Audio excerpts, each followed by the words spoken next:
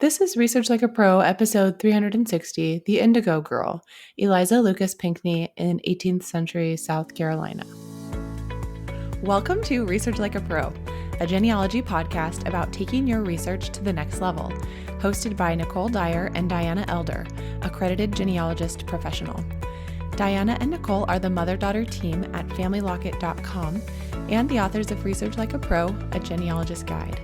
With Robin Worthland, they also co-authored the companion volume, Research Like a Pro with DNA. Join Diana and Nicole as they discuss how to stay organized, make progress in their research, and solve difficult cases. Let's go! Today's episode is sponsored by newspapers.com. Hello. Hi, Mom. How are you? Hi, Nicole. I'm doing well. How about you? Doing great. I have been getting ready to start my research and kind of research planning. And I got really hung up today on this record. And I realized I don't need to figure this out right now. After I figured it out, that it wasn't related to my family. It was a situation of people with the same name. And I felt like before I could move forward on anything, I was like, I have to figure out if this belongs to my family or not. I realized that I was getting kind of sidetracked with these ancestry hints. And ancestry hints is not what I wanted to do in my research plan. I knew where they lived. I knew their names and ages. And even though Reeves is a common name, because I'm tracing Sally Reeves' children forward, and one of her sons is William Reeves. And there was this Confederate service record, and it was for William E. Reeves, which was the same middle initial.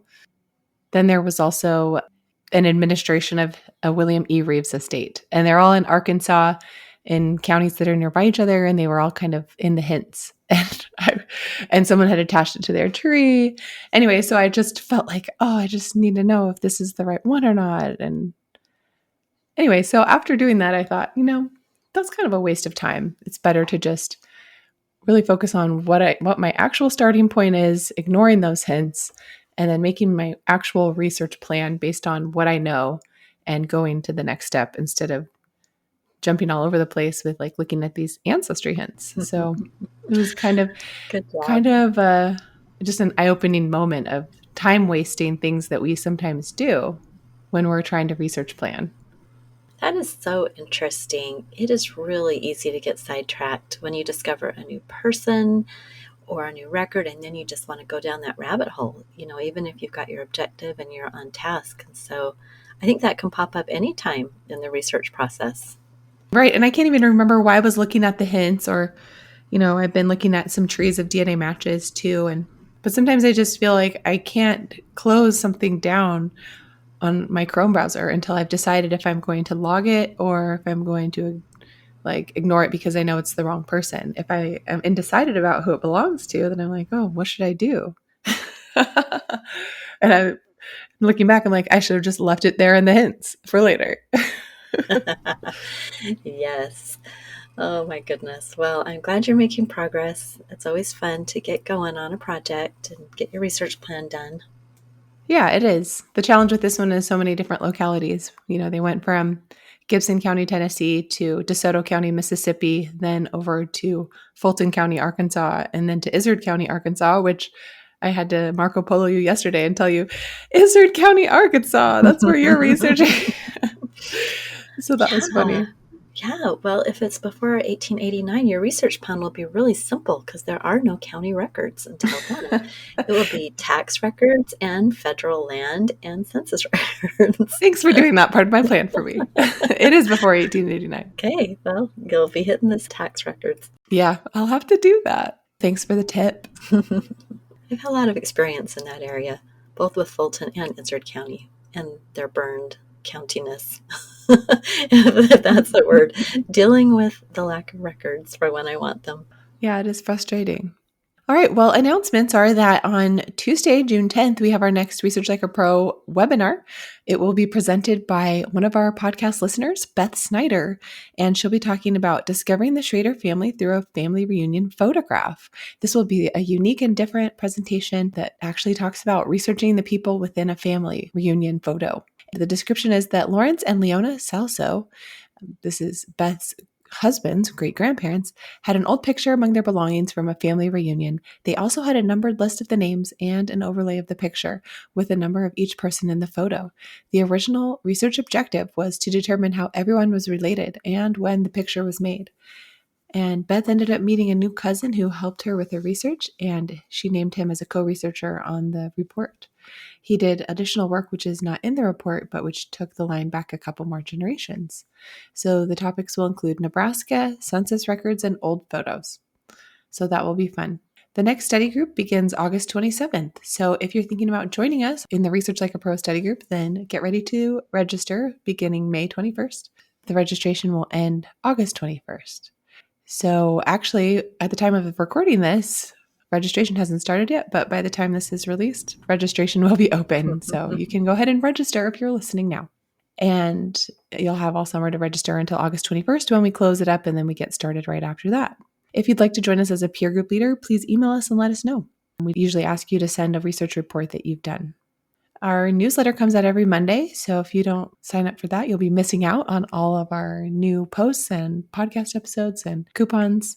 Upcoming conferences in just a couple weeks, we'll be starting the Texas Institute of Genealogical Research course that I'm coordinating and Mom is teaching in.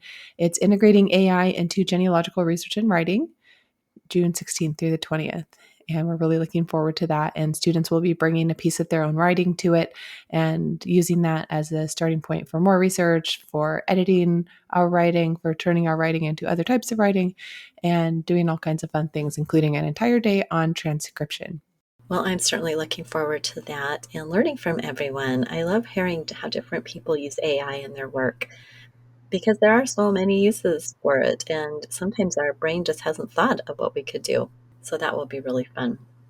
Well, our topic for the day is Eliza Lucas Pinckney, and she is the subject of a really interesting book that I read. And this book is titled The Indigo Girl by Natasha Boyd, and it's historical fiction. So she's taken a real character in history and then fictionalized her story based on a lot of research.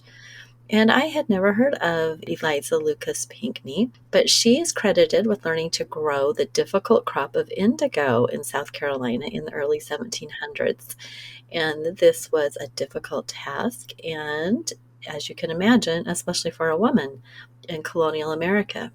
So if you don't know anything about Eliza or indigo or Charlestown, South Carolina in the early 1700s, the book is really great at giving you some insight into the plight of a woman in this time. And Eliza was remarkable.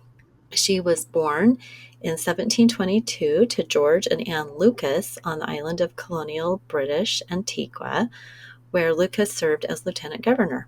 Her parents sent her to England for her education, and that was where she developed a love of botany.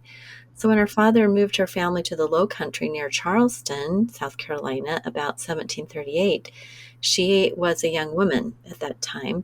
And with her mother's death soon after they arrived in the colony and her father's departure for Antigua soon after, she was left with the management of 3 plantations and the enslaved workers. Well, her interest in botany became apparent with her desire to plant more than rice, and she experimented with seeds her father sent her from the Caribbean islands. At this time, indigo was very, very valuable in the Caribbean islands, but no one had been able to figure out how to really grow it successfully in South Carolina.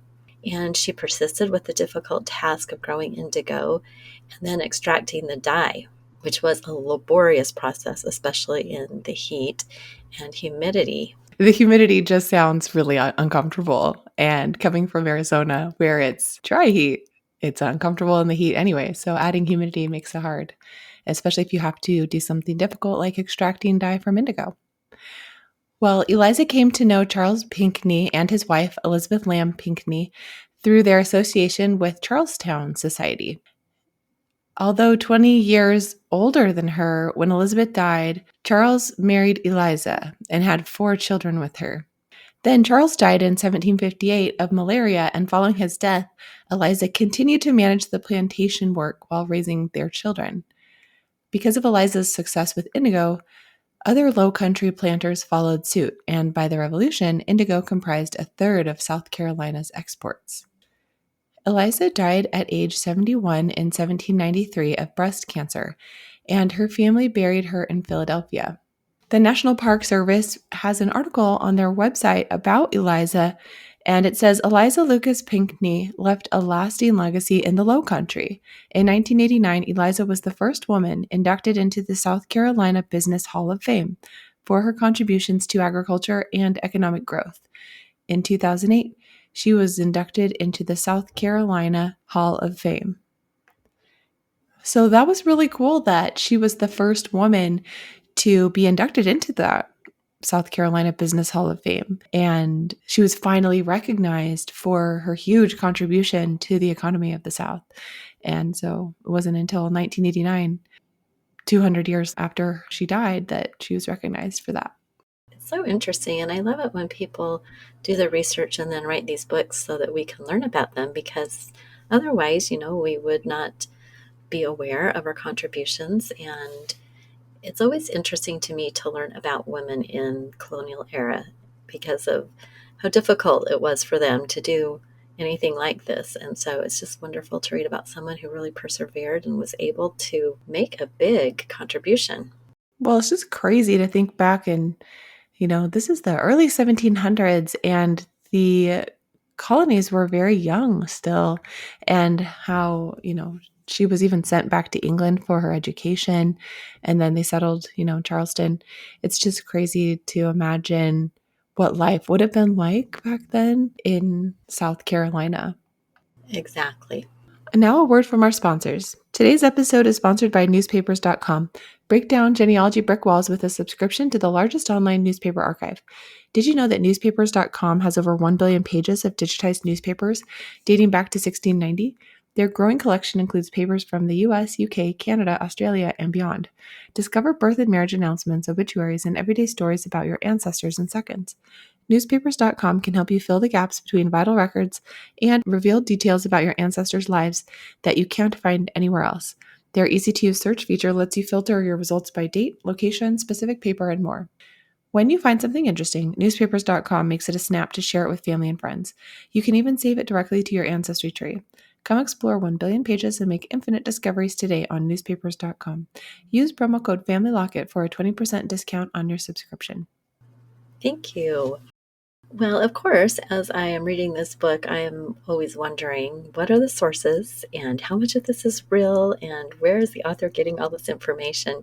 And one of the really neat things about Eliza, and I think, is perhaps not always possible with every subject of a historical fiction book, but she actually left behind letter books that describe her life up until the mid 1760s. And so after that, historians turned to newspaper articles and writings of her friends and family to learn about her later years. But based on those letter books, that is a source written from her all about her life. There have been a lot of people writing about Eliza. There are biographies, there's children's fiction, and Natasha Boyd, the author of Indigo Girl, uses those letters throughout the book, bringing her to life. So the author writes, "Now I realize I am not a historian, but I do know that there once lived a remarkable girl whose name, outside of Charleston, has mostly been forgotten, and the need to tell her story became so overwhelming that I couldn't ignore it. I told myself that if I could tell her story in such a way as to capture her spirit and her fire and introduce her back into our consciousness, then I must try." Well, what is this letter book of Eliza Lucas Pinckney? It's dated 1739 to 1762. And when I first read about it, I really had no idea what a letter book was.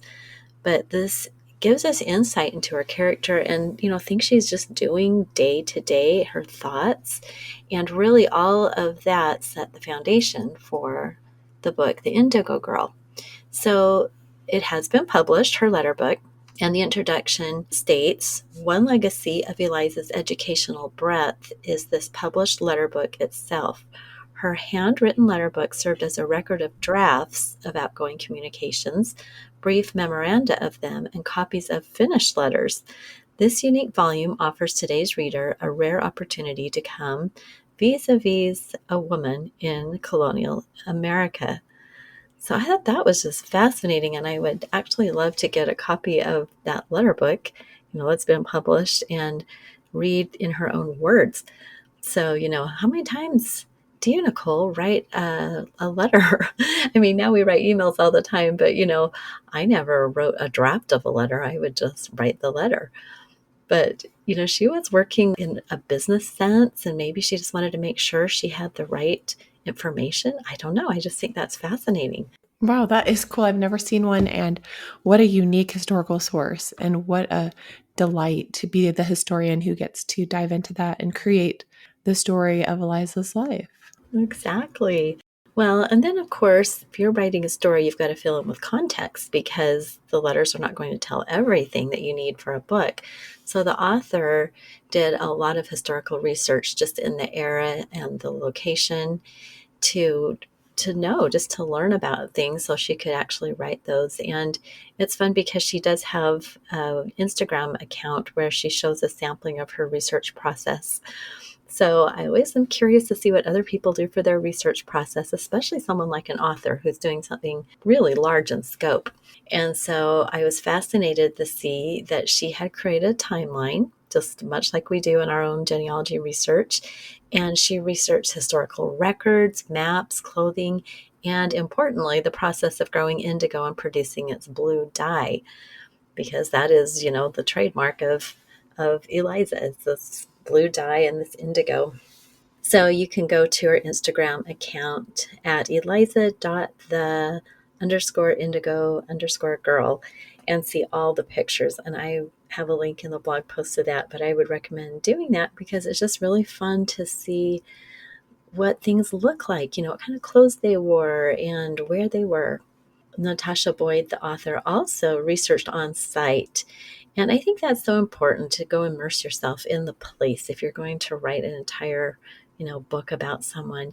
And she had gone to an indigo exhibit, and they actually had at this time an Eliza Lucas Pinckney exhibit in Charleston. And so she was able to really immerse herself in the culture of the time. And this ran in 2023, the exhibit, but there is an article where we can see photos of Eliza's actual dress and shoes. So they have preserved those, which is amazing. And so it's fun to look and see what she wore and, just get a real flavor for this woman. The dress, if you can imagine, was saved and was donated in 1940 by a direct descendant. So I don't know that I know of very many pieces of clothing that have survived that long. So that's really neat. And the museum also has a video that can walk you through the story. So even though they don't have the exhibit up anymore, they've got things online that you can watch and learn more about her. That's fantastic. I was just looking at the Instagram page that you suggested, and I think it has an image of one of her dresses because it's a link to the Charleston Museum that has the collection there. So that's really neat. Mm-hmm. Well, let's expand this idea of reading about an important historical figure to apply it to our own writing of our family stories. Natasha Boyd's book provides an example of how we can write our family stories through her immersion in Eliza's life. Imagine if you visited a blacksmith shop and spent a day doing the work there. You'd certainly have new insight into that ancestor. What can we learn from studying the community of our ancestors? What did they wear? What did they eat? How did they travel?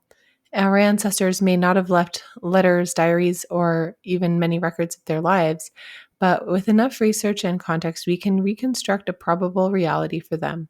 And with Eliza, she left behind a wonderful source, a letter book.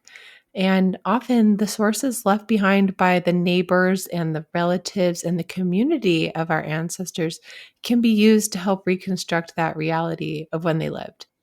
It's important to expand our research focus to include others in the community. Oh, I wholeheartedly agree. I love what you said about how our ancestors may not have left anything, but maybe the neighbor who lived right next to them kept a journal or kept a diary or wrote letters, and someone has preserved that. So I think it's just really neat to read a lot of, in my case, I like to read a lot of books, but anything you can read that gives you ideas and can serve as an inspiration for writing your own family history, I think is really wonderful. You can get a sense of what you like and what you don't like. Do you want to have it be strictly historical so that you don't have any fictionalization, putting words into your ancestors' mouth, or do you want to write it as fiction? I know I've done several little blog posts, my Adventures of Cowboy Bob series, all about my dad, where I actually did fictionalize and created dialogue for him and his siblings and his parents. And it was really fun. But I felt comfortable doing that because I had heard him tell these stories from his own mouth, and I knew my grandpa and how he spoke. And so I could really envision how they would have said things, even though, of course, I don't know for sure. I just was able to put that into the story, and I thought it would make it more readable for like his descendants. So, I think just depending on who our readers are going to be might determine how we want to write. But in any case, we're always going to want to do that contextual research and try to learn as much as we can about the place and time to make it as realistic as possible. Absolutely. And then if we want to add any kind of illustrations, maps, photos, drawings, that kind of thing, we need to know more about that historical and geographic context so that we can find the appropriate illustrations. And one fun thing that we can do now is we can ask artificial intelligence image generators to create illustrations that can go along with our family stories. And my daughter, who's 11, has been working on creating some illustrations for a family story that I gave her for Christmas. I gave her a binder with stories about brave women in her family, which is kind of an expansion upon the Brave Women book I gave her when she was 5. So it had some new themes in it with things she was interested in now that she's almost a teenager. And she was bored one day when she was homesick, so I invited her to come and try using an image generator to make illustrations for one of the Brave Women stories. And she has been working on it ever since, even though she's not sick anymore and she's back to being busy. She just really enjoys the process and how fun it is to work on creating artistic renderings of her grandmother. So it's been fun. Oh, that is awesome. I love that. That's such a great way to think of something to get your child, your daughter, interested in family history. AI, that's a great tool. That's a really fun idea to have them use the image generators to create some illustrations. Right? My kids have been fascinated with the image generators from AI, and this is a good positive use for them. I think a lot of the time kids are like, this is fun to play with, but they don't know what to make with it besides like, take this picture of me and make me look old, or what did I look like as a baby? Like some of those silly things. Yeah. But this is a much more interesting and fun use. Oh, that's great. Thanks for sharing that. Well, thanks everyone for listening. I hope you can go check out the book, or at least check out Eliza Lucas Pinckney, and you can go to the blog post. We'll have the link to that in the show notes and get to some of those websites that we talked about. It's just so great to learn about women in our country's history and their contributions, and Eliza certainly was one I enjoyed learning about, and so hopefully you will too. So thanks for listening, and we'll talk to you next time. Bye. Bye-bye. Thank you for listening. We hope that something you heard today will help you make progress in your research. If you want to learn more, purchase our books, Research Like a Pro and Research Like a Pro with DNA on Amazon.com and other booksellers. You can also register for our online courses or study groups of the same names. Learn more at familylocket.com/services. To share your progress and ask questions, join our private Facebook group by sending us your book receipt or joining our courses. To get updates in your email inbox each Monday, subscribe to our newsletter at familylocket.com/newsletter. Please subscribe, rate, and review our podcast. We read each review and are so thankful for them. We hope you'll start now to research like a pro.